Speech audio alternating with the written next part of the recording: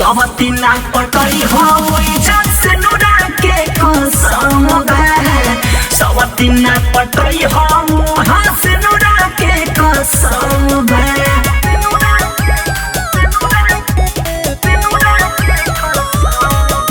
Mixed by Ace Music, Janapur Bazaar.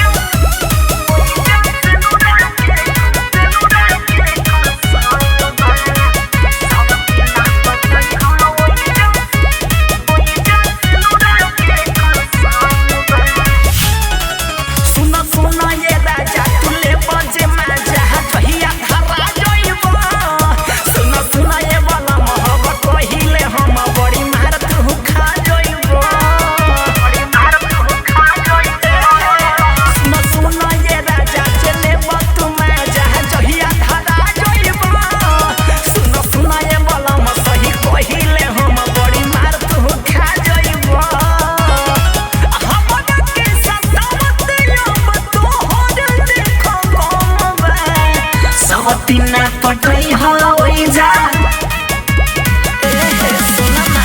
सवतीना पटई हो से नुरा के कसम बा सवतीना पटई हो से नुरा के कसम बा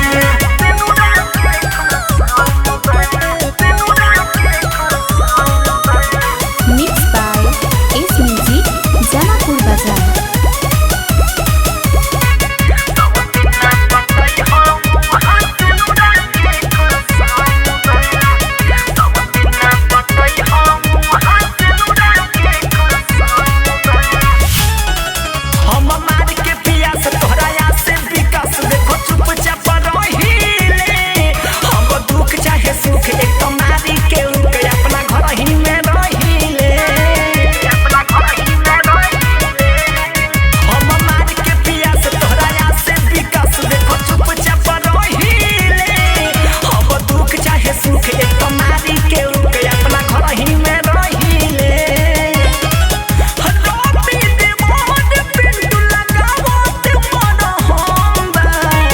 सवतीना पटई हो